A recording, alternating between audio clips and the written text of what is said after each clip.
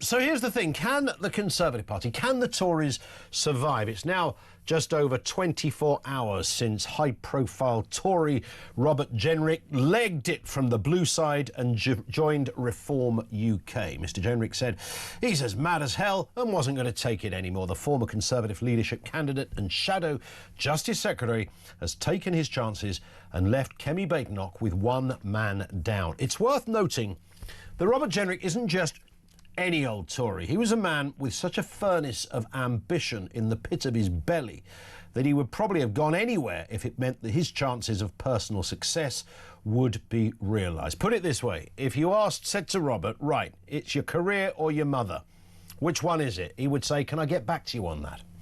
Yesterday, the journalist Matthew Parris had this to say about Jenrick. He has a mixed reputation, to put it kindly, amongst his colleagues in the on the Conservative benches. He's known to be furiously, frantically ambitious. Were you to remove ambition from the core of Robert Jenrick, he would collapse like a boneless chicken. It's the boneless chicken analysis from Matthew Parris. I also heard from a former colleague that when the Rwanda scheme was announced, he didn't vote for that, by the way. Young Bob Jenrick was having none of it. He said he was so outraged, he said it was cruel. He thought the scheme was cruel. And apparently, I know you hear these kind of stories, but once in a while they come from a good source. Apparently he cried his eyes out. He cried because he thought the Rwanda scheme was too cruel. Yesterday, of course, was a very different picture. He showcased himself as the last voice of common sense in the Conservative Party and a lone figure when it came to that crucial issue of immigration. Priti Patel, the shadow Foreign Secretary, created the very migration system that enabled 5 million migrants to come here, the greatest failure of any British government in the post-war period. When asked about this last year, she defended her actions. She doesn't believe she did anything wrong. Well, it wasn't just that, of course. Not just Priti Patel and immigration that was really boiling Jenrick's spuds. The Shadow Chancellor, Mel Stride, has rightly attacked Labour for hiking taxes to fund more scrounging. But there's just one problem. He was the cabinet minister who oversaw the explosion of the welfare bill. And it was him who blocked the reforms that are needed. He's gone both barrels, boy. Yeah. So there it is. He's had enough and he's done. I can't, in good conscience, stick with a party that's failed so badly, that isn't sorry, that hasn't changed, that I know in my heart can't deliver what's needed. And that is pretty much the centre of what we're asking this afternoon. The question here isn't about Titchy Bob or reform. I'm interested in the world's most successful political party, the Conservatives. 1834 was when they kicked it all off. So Robert Peel was the main man. He became Prime Minister not once but twice. And since then, they've formed 19 governments. Nowhere on planet Earth is there a rap sheet of success like the Conservatives, up until, well, about now, really. And, of course, it's all falling down around them in many respects. The Jenrick resignation, or the Jenrick firing, I should say, we asked yesterday, does it actually add to the credibility of Kemi Badenoch? I mean, what she did do in the, if you like, the modern world of 24/7 media, etc., she got in there first, and that's quite a crucial card to play. But what about everything else? Can the Conservative Party actually survive? I think there's a lot of reform voters out there, a lot of people intending to vote reform, fed up with the Tories, who would go back to the Conservatives if they thought things were starting to move. And of course, it always used to be you could only win an election from the centre. I mean, that was almost taught not just in MP college, but taught in school, in politics. That's how you win elections. You're in the centre. You're never going to win it if you go that way or that way. It doesn't work like that. I think that has changed. And now, whether it's changed irredeemably, whether we are going through a kind of a blip, I suppose it depends on how you define the centre. There's all of that as well. Can the Tories survive? 0344 499 1000. You can voice note us there as well at 87222 if you'd like to send a message. Let's get a word on this and the other big stories of the day. Oscar Reddrop is with us, former number 10 advisor, of course, when Boris Johnson was Prime Minister, and a man who, I'm assuming you are still a Conservative, Oscar, unless there's something you want to tell us. Well, I've been thinking long and hard. No, of course I am. Of course I am in. Very, very loyal Conservative as I sit here now today. Yeah, as you sit here now today. Is it becoming increasingly difficult to be a Conservative? Yesterday was challenging, I think. It was the first time, so when the announcement was made, I think Kemi did a really, really good job of getting ahead of that. How that cuts through to the general public, I think, is minimal. I think really, ultimately, if we're really honest as Conservatives here, what really cuts through to people who don't watch and listen to, every breathing word of politics every day is leading light of the Conservative Party joins Reform. That equals Conservatives weaker, Reform stronger. I think that's ultimately where we're at. Yeah. And the Tories have to accept that. But look, throughout the day, I felt pretty strong and, backed the Conservatives, and I felt even more solidarity. Then I watched his speech, and I was all very much prepared to throw tomatoes and boo and hiss. And it was in two halves. His ability to identify all the problems with the country made me really pause. And I thought, wow, I mean, this is quite powerful stuff and is really hitting every single nail on the head. The stuff about really going for former colleagues personally, rightly or wrongly, and hey-ho, I wasn't in the room at that time, maybe rightly, okay? It's not a good look. And I don't think the British people like that because, it's not just politicians, if you go to join a new company and you leave your job and it got back to the people you used to muck in and work with every day that you were, slagging them off to your new employees, I don't think that would look good at all. And so I thought that was a really, really bad look from Rob, I have to say. In terms of where the Conservatives go, we're asking that question, Oscar. Can the Tories survive? It happened in Canada in a slightly more devastating way. A few years back, of course, they were wiped out. They came back from the ashes, sort of. But in terms of our Conservative Party, as I went through all the dates and everything, the most successful political party in history, Robert Peel, on we go through the ages, through the big names, the Churchills, the Thatchers, you name it.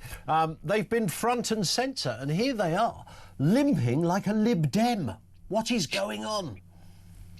It's obviously a very, very tough time for the Conservative Party, long term. And this is why I think sometimes those that have crossed the floor to Reform are taking a real risk, a real risk. If you do a deal with the devil, and I mean that kind of jokingly, as Farage is very much seen by many traditional Conservatives, you need to know what you're getting in that deal. And that still remains to be seen. Yes, Reform are looking really, really good. Yes, as we sit here now, Farage looks like he may, if there was an election tomorrow, Farage would be Prime Minister. But sometimes you need to think longer term than that. And longer term would include till the next election. Who the hell knows where we'll be in a couple of years' time. And then even further than that, sometimes you need to think in 5 and 10 years' time. And in that sense, I think the Conservative Party will be absolutely fine. However, and this is a really substantive point, so yes, Westminster got really excited about the, Kemi getting ahead of it. And that's all good stuff. And Kemi showed some really good characteristics yesterday. Materially, what she may have done, though, is I imagine that the talks that Farage and Jenrick would have had, and they would have wanted to plan this much, much better, it would have been, well, Rob, are you confident you can bring some of your loyalists with you? Yeah. Because, yes, I want you, but it would be really, really good if you could really drain that party for me. Let's eat it from the inside. Could you bring 10 of your loyalists with you? And I think the way that Kemi kind of spiked it all yesterday makes that harder. So if in the look, and I might be completely wrong, and you can play this back, and 5 or 10 MPs do drift across with Rob, and I look like an idiot. So if that does happen, then wow, fair play. Yep. The Tory party's in a real mess. If it doesn't happen, just very, very quickly, if that doesn't happen, then the Reform have gained Rob Jenrick. good stuff, great. The Tories have lost him, and that's about where it ends.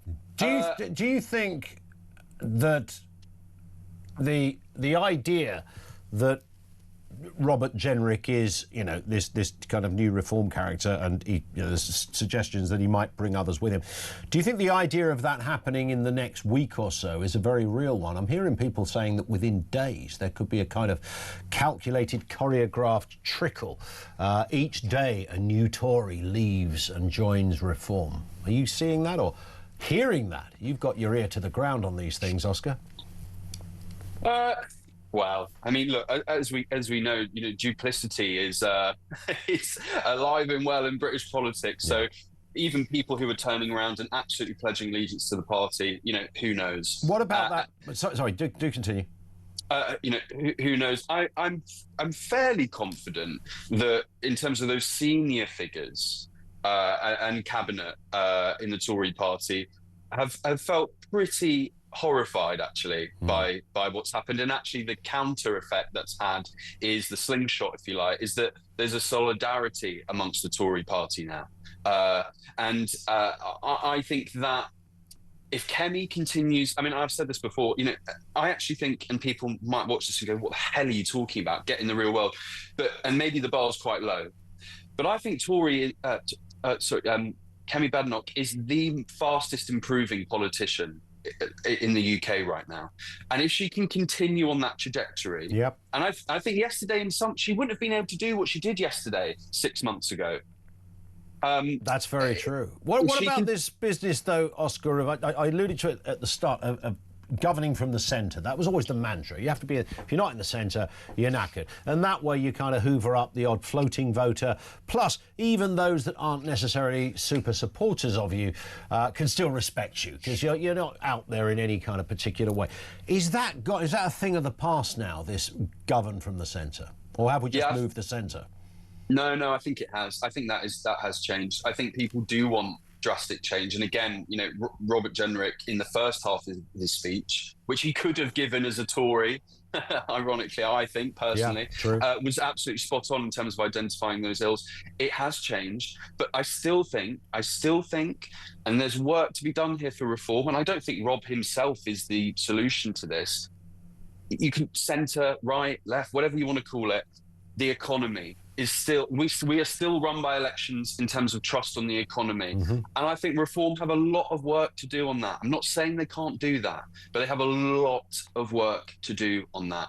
And I think actually, considering where the Tories were with Liz Truss, I think Mel has his faults, his pros and his cons, but I think Mel and Kemi have gained or are starting to gain real trust on managing the economy and the support that they've thrown behind small businesses. And, I don't want to bore into that too much, but are starting to gain ground on that. And I think they've slightly, I think that they're ahead of Reform on things like that.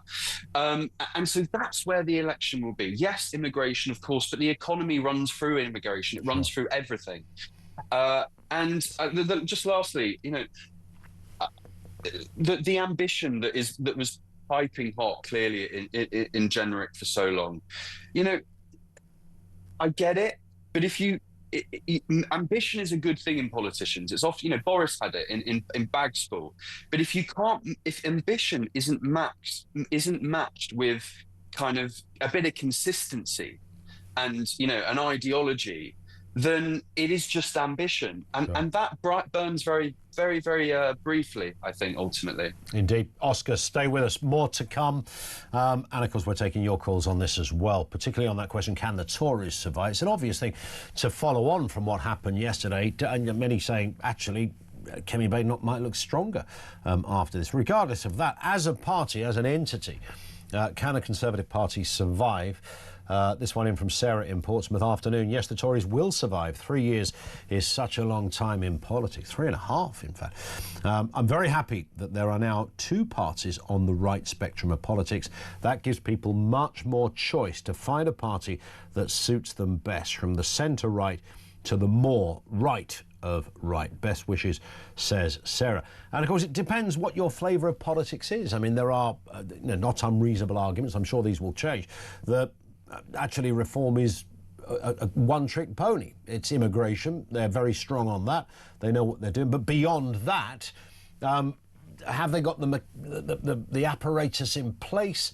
The ideology? Is there a naturalised kind of vibe around their thinking, reformism, that would improve the NHS, that would improve defence, that would improve the police and education, all those kind of areas as well. So those kind of questions will become more pertinent as we head towards 2029, of course. But where we are today, after the Jenrick exit, which individually, in one respect, he's not a great loss, in another respect, he's symbolic of something actually quite huge. Where does it leave the Tories? Can they survive? 03